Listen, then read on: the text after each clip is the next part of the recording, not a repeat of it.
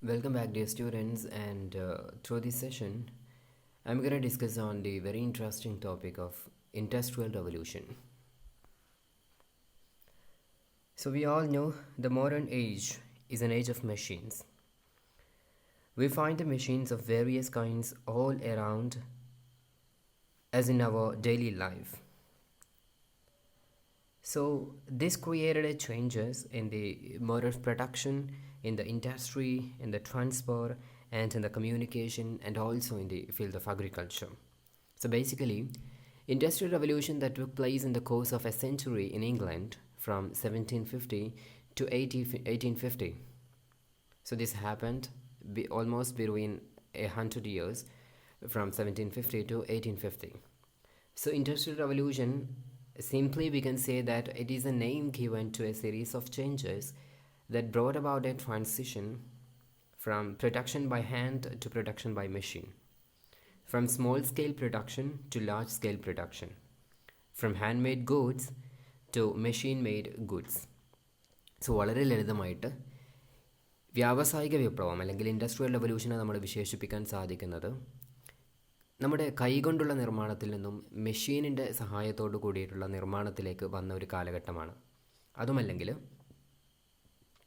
ചെറുകിട ഉൽപ്പാദനത്തിൽ നിന്നും വലിയ തോതിലുള്ള ഉൽപ്പാദനത്തിലേക്ക്, അതുമല്ലെങ്കിൽ പൂർണ്ണമായിട്ടും മെഷീനെ ബേസ് ചെയ്തുകൊണ്ടുള്ള ഒരു നിർമ്മാണ സാങ്കേതിക വിദ്യയിലേക്ക് ലോകം കാലെടുത്ത് വെച്ച ഒരു കാലഘട്ടമാണ് ഇൻഡസ്ട്രിയൽ റെവല്യൂഷൻ എന്നതുകൊണ്ട് ഉദ്ദേശിക്കുന്നത്. So it revolutionised the method of production.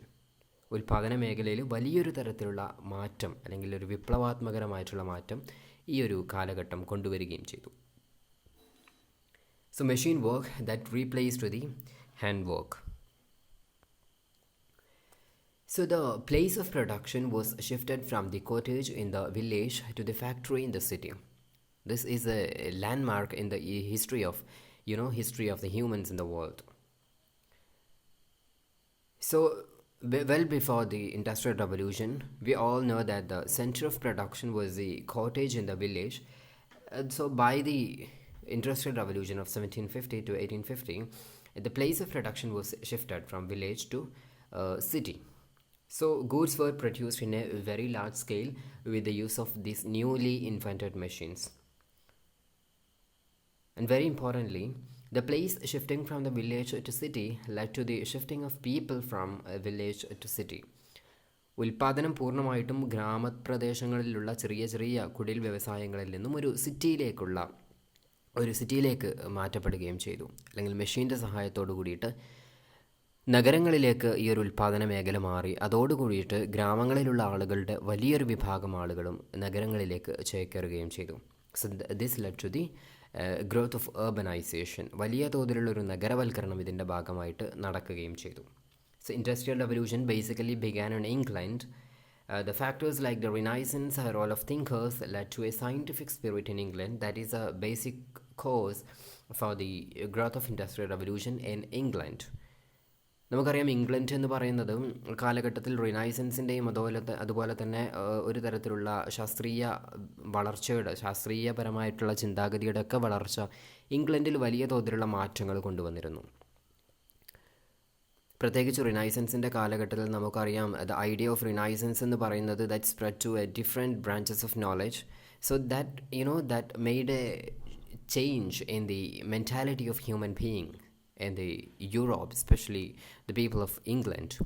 ഇംഗ്ലണ്ടിൽ വലിയ തോതിലുള്ള ആളുകൾക്കിടയിൽ വലിയ തോതിലുള്ളൊരു മാറ്റമുണ്ടാക്കാൻ വേണ്ടി റിനൈസൻസിൻ്റെ ഒരു കാലഘട്ടത്തിന് സാധിച്ചിരുന്നു. പ്രത്യേകിച്ച് ഒരു ശാസ്ത്രീയപരമായിട്ടുള്ള ഒരു വിപ്ലവം അല്ലെങ്കിൽ ശാസ്ത്രീയപരമായിട്ടുള്ള ഐഡിയോളജികൾ ആളുകളുടെ ഇടയിൽ, പ്രത്യേകിച്ച് ചിന്തകന്മാരുടെ ഇടയിലും ഒക്കെ വളർന്നു വരികയും ചെയ്തു. അതുകൊണ്ട് തന്നെ ഒരു തരത്തിലുള്ള മാറ്റം വ്യാവസായിക മേഖലയുടെ വളർച്ച ഇംഗ്ലണ്ടിൽ വളരെ ഈസി ആയിട്ട് നടന്നു എന്ന് വേണം കരുതപ്പെടാൻ വേണ്ടിയിട്ട്. So let me just tell you the very important causes for the industrial revolution. So the first reason for the emergence of this industrial revolution is the inventors, or the role of inventors. So England that produced several scientists whose inventions were useful for having a large scale production in factories, especially James Hargreaves, Richard Arkwright, Samuel Crompton, Edmund Cartwright, George Stephenson, James Watt, all these scientists that they contributed much for the growth of this industrial revolution, or they led the new inventions in England. The second reason was the great demand for British goods.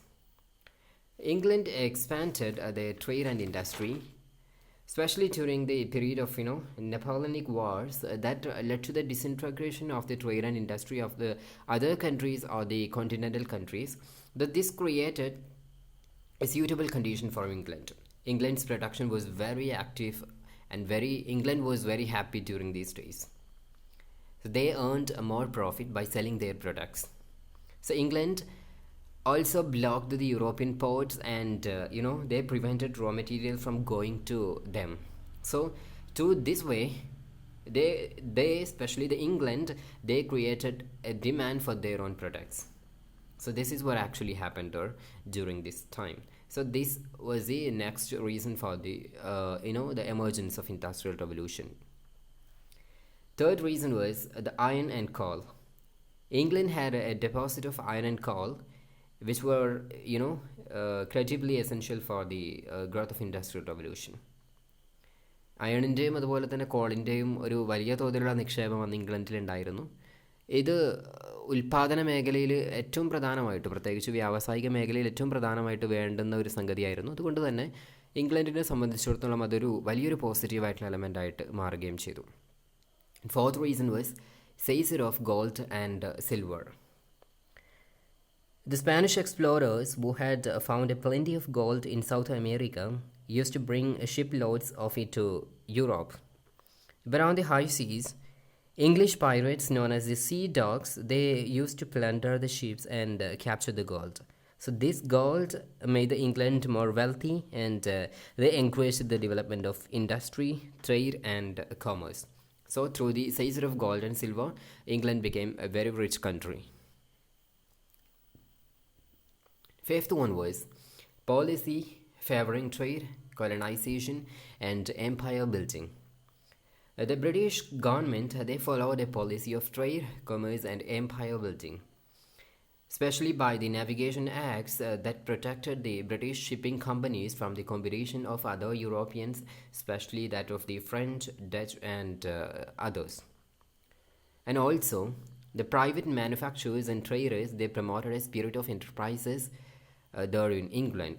So both the government and private manufacturers, their role was very important in promoting the colonization and trade and industry, and the empire building. The sixth reason was the wealth and skills of immigrants. Many people from France and Spain migrated to Britain, especially during the religious wars. Many Christian communities, especially the Protestants, they migrated from France and Spain to Britain. Mainly they had faced the attack of the Catholic community of Christians. So this group of people, they migrated from these countries to Britain. Britain was the suitable condition. Britain had a suitable condition for the Protestant groups, so they migrated from there. So by the use of this skill and the wealth of this community, this particular Christian community, it was very helpful for the industrial growth in England. So for this migration was very useful and very helpful as far as the Britain was concerned. The seventh reason for the emergence of this industrial revolution was the supply of labor. Laborers, they brought from rural to urban areas to work in the factories, and their hard work was very important in the growth of industrial production in cities. Eighth reason was the peace and order.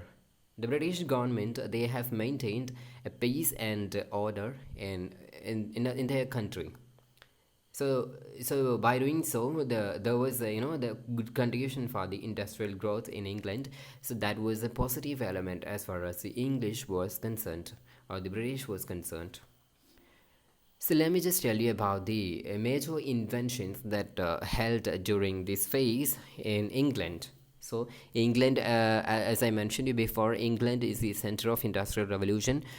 So many inventions were held during this phase from 1750 to almost from 1750 to 1850. Many inventions, especially in the field of textiles and transportations and communication, then in the field of electricity, energy were happened. So what are the major inventions held in England?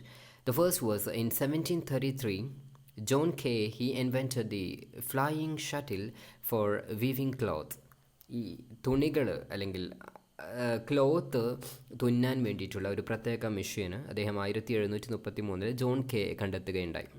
കുറച്ചുകൂടി അനായാസമായിട്ട് ഈ ടെക്സ്റ്റൈലുകൾ അല്ലെങ്കിൽ തുണികൾ, ക്ലോത്തുകൾ തുന്നാൻ വേണ്ടിയിട്ട് ഈ ഒരു machine കൊണ്ട് സാധിക്കുകയും ചെയ്തു എന്നുള്ളതാണ്. പ്രത്യേകിച്ച് അവരുടെ കൈ കൊണ്ട് തുന്നുന്നതിന് പകരം മെഷീൻ്റെ സഹായത്തോടു കൂടിയിട്ട് തുന്നാൻ വേണ്ടിയിട്ടുള്ള ഒരു സാഹചര്യം ഉടലെടുക്കുകയും ചെയ്തു. In 1764, James Hargreaves, he invented the spinning jenny. നൂൽപ്പ് യന്ത്രം കണ്ടെത്തുന്നത് 1764 ജെയിംസ് ഹാർഗ്രീവ്സ് ആണ്. മറ്റൊരു പ്രധാനപ്പെട്ടിട്ടുള്ള ഡിസ്കവറി എന്ന് പറയുന്നത് 1769 Richard Arkwright, he invented the water frame. Water frame എന്ന് പറയുന്നത് സ്പിന്നിങ് ജെന്നിയുടെ കുറച്ചുകൂടി അല്ലെങ്കിൽ നൂൽപ്പ് യന്ത്രത്തിൻ്റെ കുറച്ചുകൂടി ഒരു അപ്ഡേറ്റഡ് ആയിട്ടുള്ള വേർഷനാണ്, അല്ലെങ്കിൽ കുറച്ചുകൂടി സാങ്കേതിക വിദ്യ ഉൾക്കൊള്ളുന്ന ഒരു മെഷീനാണ്. 1779 10 വർഷങ്ങൾക്ക് ശേഷം സാമുവൽ ക്രോംപ്റ്റൺ അദ്ദേഹം ഒരു സ്പിന്നിങ് മ്യൂൾ കണ്ടെത്തുന്നു. ഈ സ്പിന്നിങ് മ്യൂളിൻ്റെ പ്രത്യേകത എന്ന് പറയുന്നത് നേരത്തെ കണ്ടെത്തിയിട്ടുള്ള രണ്ട് യന്ത്രങ്ങളുടെയും, അതായത് വാട്ടർ ഫ്രെയിമിൻ്റെയും സ്പിന്നിങ് ജെന്നിയുടെയും ഒരു അപ്ഡേറ്റഡ് വേർഷനാണ് ഈ സാമുവൽ ക്രോംപ്റ്റൻ്റെ ഒരു സ്പിന്നിങ് മ്യൂൾ എന്ന് പറയുന്നത്. കുറച്ചുകൂടി ഒരു മെഷീൻ്റെ സഹായത്തോടു കൂടിയിട്ടുള്ള വളരെ അനായാസം കൈകാര്യം ചെയ്യാൻ പറ്റുന്ന ഒരു മെഷീനാണ് ഈ ഒരു സംഭവം എന്ന് പറയുന്നത്. In 1785, Edmund Cartwright, he invented the power loom. നമ്മൾ ഇന്ന് പരസ്യങ്ങളിലൊക്കെ കാണുന്നത് പോലെയുള്ള അല്ലെങ്കിൽ സിനിമകളിലൊക്കെ കാണുന്നത് പോലെയുള്ള ഈ പവർ ലൂം അല്ലെങ്കിൽ നെയ്ത്ത് യന്ത്രം, കാലുകൊണ്ട് ചവിട്ടി ഉപയോഗിക്കുന്ന ആ ഒരു നെയ്ത്ത് യന്ത്രം 1785 എഡ്മണ്ട് കാർട്ട്റൈറ്റ് ഇംഗ്ലണ്ടിൽ കണ്ടെത്തിയിട്ടുള്ളതാണ്. So during this particular time, the wood was replaced by the discovery of iron. ഇരുമ്പിൻ്റെ ഉപയോഗത്തോട് കൂടിയിട്ട് വുഡ് ഉപയോഗിക്കുന്നതിൽ അല്ലെങ്കിൽ മരത്തിൻ്റെ ഉപയോഗം പരമാവധി കുറക്കാൻ വേണ്ടിയിട്ട് ആ ഒരു കാലഘട്ടത്തിൽ സഹായകരമാവുകയും ചെയ്തു. അതോടൊപ്പം തന്നെ charcoal, it was replaced by the coal. Charcoal എന്ന് പറയുന്നത് ഇൻഡസ്ട്രിയൽ പ്രൊഡക്ഷന് വേണ്ടിയിട്ട് ഉൽപ്പന്നങ്ങൾ, ഇൻഡസ്ട്രി ഫീൽഡിലുള്ള ഉൽപ്പന്നങ്ങൾ അത് ചൂടാക്കാൻ വേണ്ടിയിട്ട് അല്ലെങ്കിൽ തീക്ക് വേണ്ടിയിട്ട് ഉപയോഗിക്കുന്ന ചാർക്കോൾ, ഇത് കോളിൻ്റെ വരവോട് കൂടിയിട്ട് ചാർക്കോളിൻ്റെ ഉപയോഗം പരമാവധി കുറക്കാൻ വേണ്ടിയിട്ട് സഹായിക്കുകയും ചെയ്തു. കോൾ എന്ന് പറയുന്നത് വളരെ അനായാസം പെട്ടെന്ന് ചൂടാക്കാൻ വേണ്ടി പറ്റുന്ന ഒരു പ്രൊഡക്റ്റായിരുന്നു. അപ്പോൾ അതുകൊണ്ട് തന്നെ അതിൻ്റെ ഉപയോഗം ഒരു വലിയ രീതിയിലുള്ള ഒരു ഇൻഡസ്ട്രിയൽ ഗ്രോത്തിന് സഹായകരമാവുകയും ചെയ്തു. And in 1856, Henry Bessemer, he invented the steel. So that is a new landmark in the history of iron industry. So സ്റ്റീലിൻ്റെ കണ്ടുപിടുത്തം വലിയ തോതിലുള്ള ഒരു മാറ്റം ഇൻഡസ്ട്രിയൽ മേഖലയിൽ ഉണ്ടാക്കുന്നു. So they established many iron and steel factories in England, and by doing so they manufactured many products. സ്റ്റീലിൻ്റെയും അതുപോലെ തന്നെ അയണിൻ്റെയും ഉപയോഗം, കണ്ടുപിടുത്തം ഉൽപ്പാദന മേഖലയിൽ വലിയ തരത്തിലുള്ള മാറ്റമുണ്ടാക്കുന്നു. കൂടുതൽ മെഷീനുകൾ ഉപയോഗിക്കാൻ വേണ്ടിയിട്ട് അല്ലെങ്കിൽ കൂടുതൽ ഫാക്ടറീസ് നിർമ്മിക്കാനും അതോടൊപ്പം തന്നെ ഉൽപ്പാദനം വർദ്ധിപ്പിക്കാനും ഈ ഒരു ഇൻവെൻഷനോട് കൂടിയിട്ട് സാധിക്കുകയും ചെയ്തു. And in 1769 James Watt, he invented the steam engine. So it was a new landmark in the history of Europe or the history of England. So by this the factories could build everywhere. Steam എഞ്ചിൻ്റെ സഹായത്തോടു കൂടിയിട്ട് ഫാക്ടറികൾ പിന്നീട് എല്ലായിടത്തും അവർക്ക് ഇഷ്ടമുള്ള ഭാഗങ്ങളിൽ factory നിർമ്മിക്കാൻ സാധിച്ചു എന്നുള്ളതാണ് അതിൻ്റെ ഒരു പ്രധാന പോസിറ്റീവായിട്ടുള്ള ഗുണമെന്ന് പറയുന്നത്.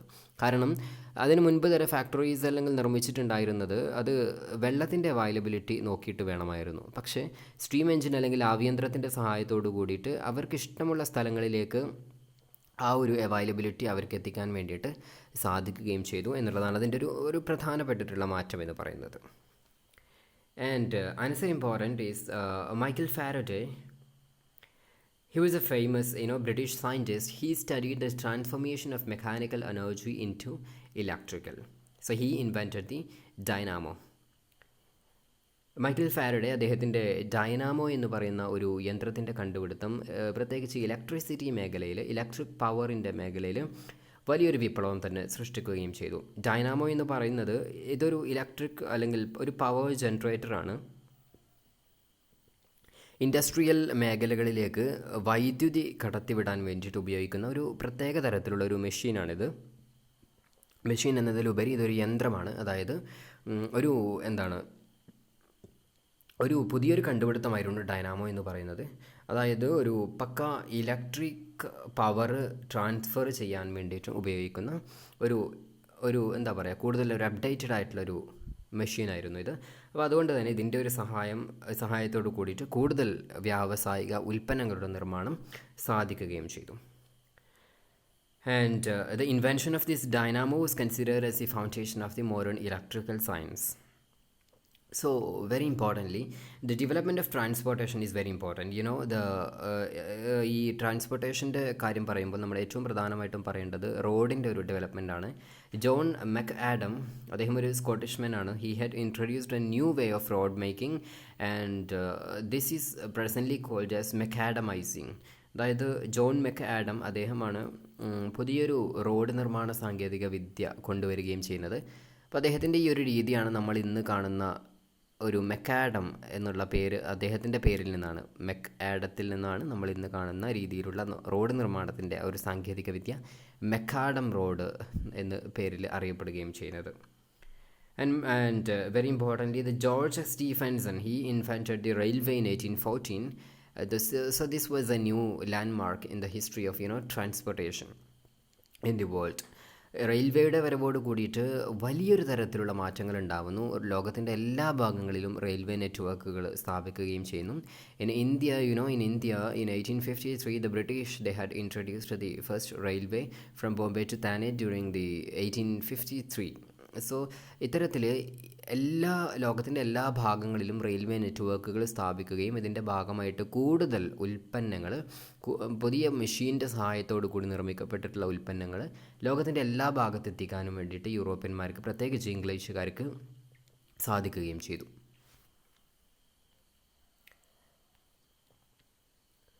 So the invention of railway is very important. Another important, Alexander Graham Bell, he invented the telephone in 1876. So this is a new invention and in the field of communication.